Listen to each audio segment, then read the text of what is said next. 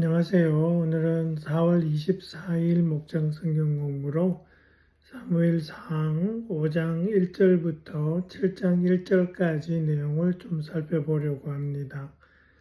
이 안에 나오는 내용은 한 가지 주제를 다루고 있습니다. 그것은 하나님의 교회에 관한 건데요.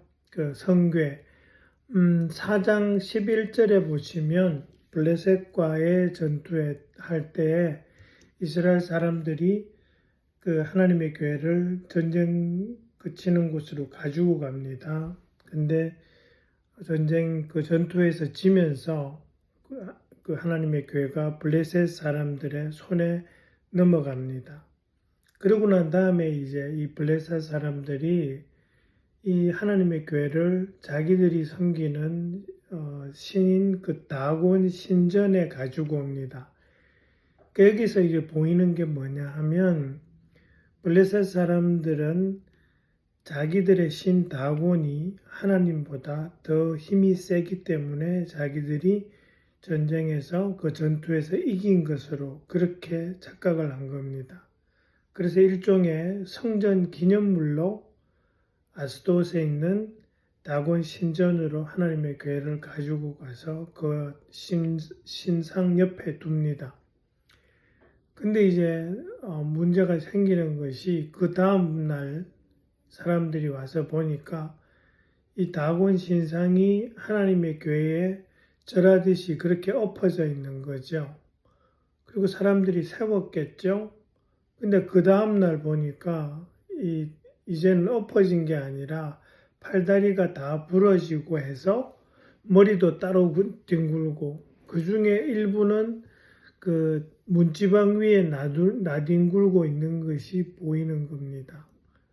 그러니까 이게 다 하나님이 하신 것인데 이제 그 블레셋 사람들의 그 오해를 하나님께서 벌하시는 것으로 이제 보이는 장면이죠.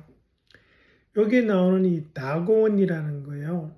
우리가 이제 바알신 이런 거는 많이 들어봤는데 이 다곤이라는 것은 가나안 지방 사람들이 섬기던 신 중에 하나입니다. 그러니까 바알신의 아버지라고 여겨진 신이고요. 저 북쪽으로는 그 메소포타미아 지역에서부터 남쪽으로는 이 가나안 지방에 이르기까지 아주 광범위한 지역에서 섬김을 받던 그런 우상입니다. 네, 그 우상 신전에 하나님의 교회가 가 있는 그런 상황이 된 거죠. 5절에 보시면 좀 재미있는 표현이 나옵니다. 그 사람들이 다곤 신전에 들어갈 때에 문지방 위를 밟지 않고 넘어서 들어간다 이렇게 되어 있습니다. 이게 이제 왜 그러냐 하면 그 사절하고 연결되는 거죠. 그 이유를 이렇게 한번 짐작해 보세요라고 제가 질문을 드렸는데 이 사절에 보시면 그 신상에 머리하고 팔목 이런 것들이 부러져서 문지방에 걸쳐져 있었어요. 그러면 뭐예요? 신상이 당한 자리니까 신상하게 여겨지겠죠. 그러다 보니까 사람들이 그 문지방은 신전으로 들어가는 그 경계선이지 않습니까? 그 부분을 밟고 지나갈 수 있는데 그 부분이 이제는 신성시 되기 때문에 밟지 않고 들어간 거죠. 그 제사장들이 그렇게 하다 보니까 일반 사람들도 그렇게 따라하면서 그것이 이제 습관이 되어버린 거죠. 그것이 이제 아스돗에 있는 신전에서 생긴 일입니다. 그러고 난 다음에 이제 어떤 일들이 생기는가 하니까 6절부터 10절까지 쫙 이제 나오는 게 뭐냐 하면 아스돗에 있는 사람들한테 악성 종양이 생기기 시작합니다. 그래서 사람들이 괴로움을 당하죠. 그래서 사람들이 이 하나님의 교회가 자기 성읍에 있어서 그런가 싶어서 그것을 이제 옮깁니다. 다른 곳으로. 그죠? 가드로 옮기죠. 근데 가드에서 똑같은 일이 생겨요. 그리고 난 다음에 그것을 에그론으로 옮긴다고 나와 있습니다. 10절에. 근데 에그론에서도 똑같은 일이 생겼겠죠. 그게 10절에 보시면 에그론 주민들이 막 울부짖었다고 되어 있어요. 왜 이 우리 도시에 이걸 보내가지고 재앙을 받게 하냐 이거죠. 그러면서 이제 11절에 가시면 어떤 말이 나오냐니까 이스라엘 신의 교회를 돌려보내서 그 있던 자리로 돌아가게 하고 우리와 우리 백성이 죽지 않게 해달라고 하는 그런 백성들이 외침이 지도자들, 제사장들에게 이제 들어가기 시작합니다. 사람들이 그 재앙을 통해서 알게 되는 거죠.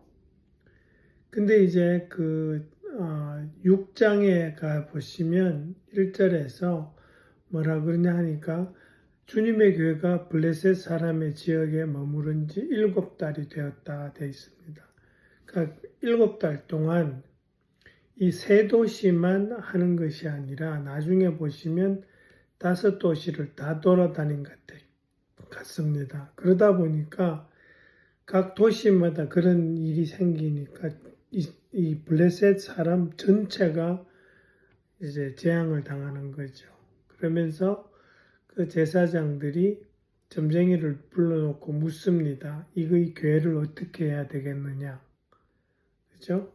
그러니까 7개월 동안 이 블레셋 사람의 땅 전체에서 이제 재앙이 생긴 거죠.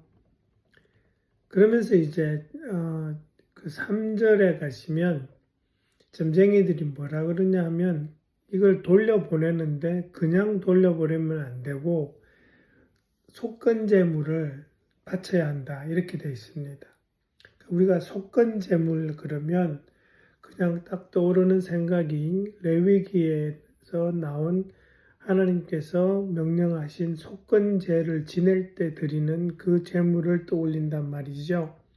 근데 이 속건제물은 그 이스라엘 사람들이 올리던 하나님의 율법을 따라서 한 그 속건제물은 아닙니다. 그러니까 이 당시 사람들이 뭔가 자기들이 섬기는 신한테 좀 잘못을 했다고 생각했을 때 그때 이런 뭔가 이렇게 제물을 바쳤던 거죠. 그래서 그것을 이제 속건제물 그렇게 말하고 있는데 이걸 통해서 알 수 있는 것은 이제 사람들이 완전히 인식을 한 거죠. 하나님의 교회를 가지고 온 것이 잘못됐다라는 것, 그죠. 그러면서 이제 속건제 그들이 하나님께 드릴 속건제물을 뭐로 하느냐가 좀 재미있는데요. 4절에 보시면 블레셋 통치자들의 수대로 금으로 만든 악성 종량 모양 5개, 금으로 만든 쥐 모양 5개를 바친다 이렇게 돼 있어요. 근데 종량은 이미 나왔습니다. 그죠? 사람들한테 생겼다라는 걸 알 수 있는데 쥐는 왜 나왔을까? 이거는 그냥 추측을 해보는 건데요. 성경에는 나오지 않지만 종량과 함께 쥐가 각 도시마다 엄청나게 나타난 것이 아닌가 싶습니다. 그래서 생활을 하기에 불편할 정도로 힘들 정도로 그렇게 나왔기 때문에 그 종량과 쥐가 하나님께서 하신 것이라는 것을 인정하면서 드리는 제물인 거죠. 그 5도시라고 돼 있죠. 그죠? 5장에서는 3도시만 나왔습니다. 아스돗, 또 가드, 에그론. 근데 이제 보시면 5도시라고 나오는 걸로 봐서 그 이후로 그 7개월에 있었으니까 나머지 2도시도 같이 가지 않았을까 그렇게 이제 짐작을 할 수 있고요. 그래서 이제 이 5도시의 통치자들 숫자대로 이제 그 제물을 만들어서 바치는 것으로 되어 있고, 그리고 17절에 보시면 그 5도시가 어디 있는지가 나옵니다. 거기에 보시면 뭐 아스돗 몫으로 하나, 가사 몫으로 하나 이렇게 하면서 아스돗, 가사, 아사글론, 또 가드, 에글론 이렇게 해서 그 블레셋의 주요 5도시가 나오게 되는데 이제 그 구약 성경을 읽으면서 블레셋에 관계된 그런 내용이 나올 때 요 5도시들이 많이 언급되고 있는 걸 우리가 알 수 있습니다. 그리고 이제 6절에 보시면 그 점쟁이들이 그렇게 이야기합니다. 왜 여러분은 이집트 백성과 이집트의 왕 바로처럼 고집을 부리려고 합니까? 그러면서 이집트 사람이 이스라엘 사람을 가게 한 것은 주님께서 그들에게 온갖 재앙을 내리신 뒤가 아니었습니까? 라고 그렇게 말합니다. 다시 말해서 이 가나안 지방의 사람들한테 하나님께서 출애굽 때 하신 그 모든 일들이 잘 알려져 있었다라는 것을 우리가 짐작할 수 있다라는 것입니다.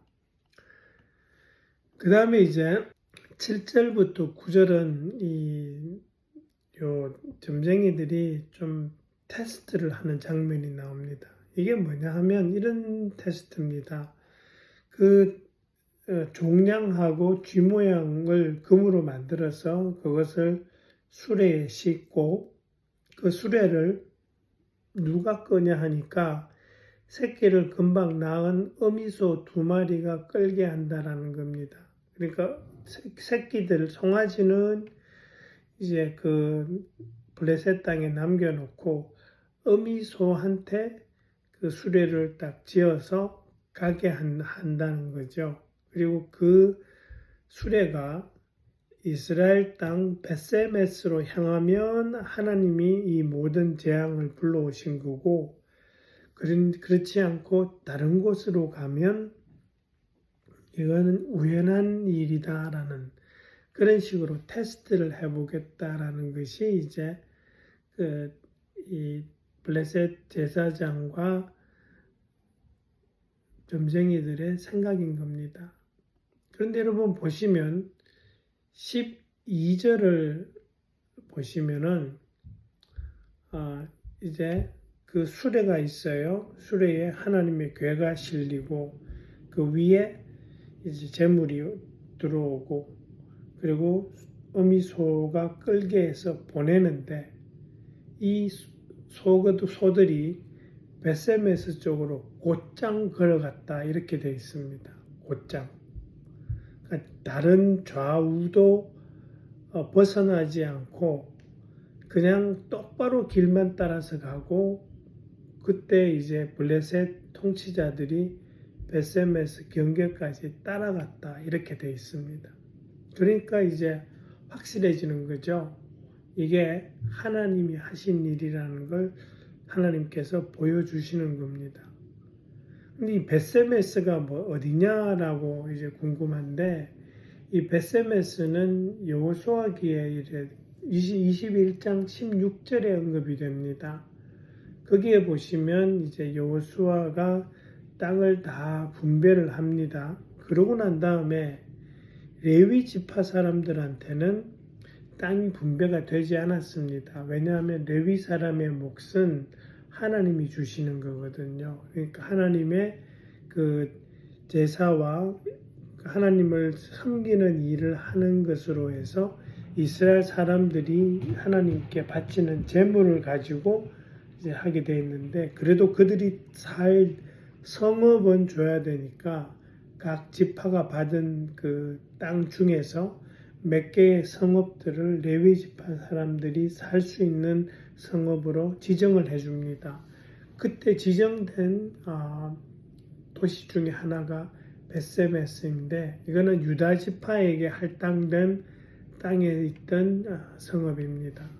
그렇게 이제 우리가 레위 지파가 언급되는 것을 통해서 이 하나님을 섬기는 사람들에게 할당된 땅으로 그 성읍으로 그냥 수레가 곧장 갔다라는 걸 알 수 있습니다.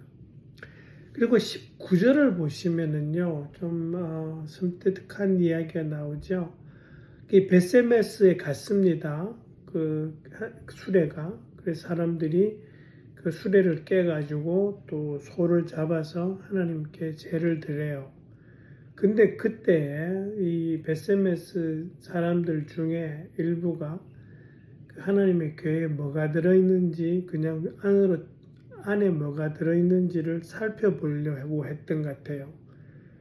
그러다가 5만 70명이 죽습니다. 이게 왜 그러냐 하면 하나님의 교회는 일반 사람들이 접근할 수 없는 신성한 것입니다. 그러니까 대제사장만이 그 지성소에 있는 지성소에 놓여져 있는 하나님의 교회를 1년에 한 번 딱 이렇게 가까이 갈 수 있습니다. 그만큼 신성한 것인데 사람들이 제사장도 아닌 사람들이 그 속을 들여다보려고 했기 때문에 죽었다라는 거죠. 벌 받아서. 근데 구약 성경을 읽다 보시면 이 비슷한 일이 한 번 더 있습니다. 그러니까 제가 질문 드린 것이 구약 성경에 하나님의 교회를 잘못 다루어서 죽은 예가 한 번 더 나오는데 어떤 때 일어난 일일까요? 라고 질문을 드렸는데 성경을 이렇게 쭉 읽어보신 기억이 있으신 분들은 사무엘 하에 이게 어디 있는지는 확실하지 여러분이 모르시더라도 어떤 때인 것은 아시는 분이 많을 텐데 이 하나님의 교회가 이때에 베세메스에서 기앗 야림으로 옮겨갑니다. 그죠?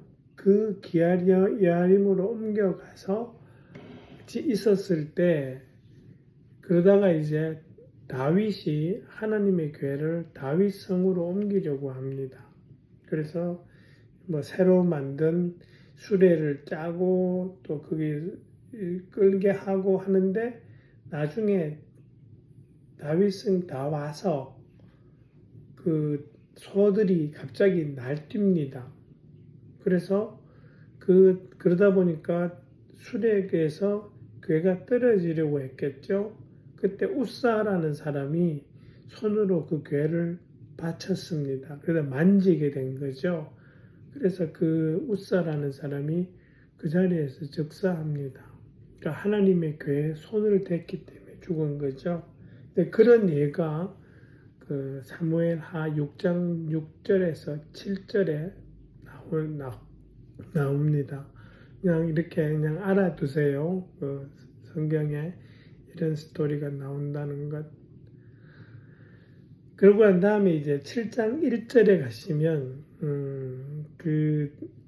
이 기앗 야림의 그 베세메스에서 기앗 야림으로 옮겨왔는데 그것을 아미나답이라는 사람의 집에 들여놓고 그 아들 엘리야사를 제사장 삼아서 주님의 교회를 지키게 합니다. 이 이후로 다윗성으로 옮겨질 때까지 계속 여기에 머무르게 되는 거죠. 그게 이제 이 교회에 얽힌 히스토리입니다. 그냥 성경 스토리를 좀 알면 좋겠다 싶어서 이건 좀 말씀드렸고요. 그래서 이번 성경 공부는 기본적으로 이제 이 하나님의 교회가 빼앗겼다가 다시 돌아오는 그 과정을 쭉 그 스토리처럼 그렇게 담고 있는 그런 내용입니다. 잘 살펴보시고 목장 식구들한테 한번 읽어봐 달라고 그렇게 이야기해 주시고 또 목장 성경 공부 시간에도 잘 한번 나누어 주시기 바랍니다. 네, 수고해 주시기 바랍니다. 감사합니다.